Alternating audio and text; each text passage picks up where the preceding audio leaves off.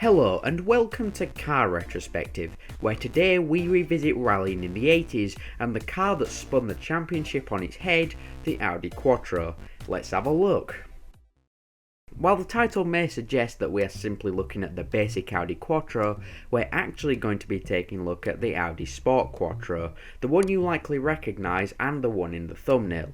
But we'll cross that bridge when we get to it. It all began when Audi introduced a brand new four-wheel drive car, supposedly able to beat any two-wheel drive car in difficult conditions such as snow or ice, no matter the power output. The idea came to Jörg Bessinger, a chassis engineer at Audi in 1977, and the car was built and released by 1980, with production of the car lasting all the way until 1991. Even during initial production of the car, it was clear that the Quattro, with its powerful engine and innovative four-wheel drive design, would be perfect for rallying, mostly because of new rule changes that allowed four-wheel drive cars to appear and compete in competitive racing.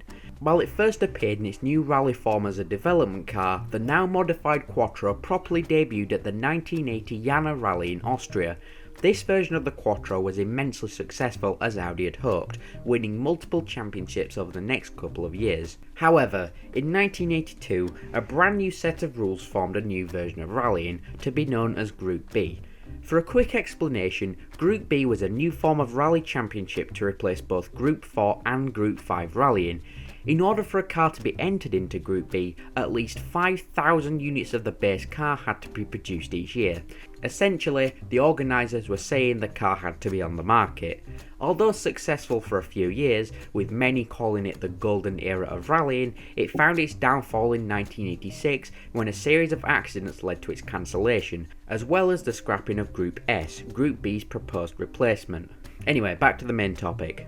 Of course, with the previous success of the Quattro, Audi wanted in, so they modified the car even further, raising the power output from around 300 brake horsepower to around 350 brake horsepower, and so became the A1 variant of the Quattro. The A1 debuted at the 1983 World Rally Championship in Monte Carlo, going on to win both the Portuguese and Swedish Rally Championships, all by the hands of Hannu Mikkola. Not long after the A1, Audi also introduced the A2 variant, only slightly modified, but that too found success, winning 8 championships through 1983 and 84. So, by 1984, it was quite clear that the Audi Quattro was one of the greatest rally cars ever produced. But Audi wasn't done yet. For homologation into the 1984 Group B Championship, Audi did some heavy modifying, upping the power output from 350 brake horsepower to 444 brake horsepower, although the engine was actually made slightly smaller to qualify for the 3-litre engine class. Once again, this variant found success, not only in Group B, but also winning the 1985 Pikes Peak International Hill Climb, driven by Michel Mouton. Once again, however, Audi wasn't done quite yet. At the end of 1985, yet another variant of the Quattro was released, a modification of the S1 known as the S1 E2.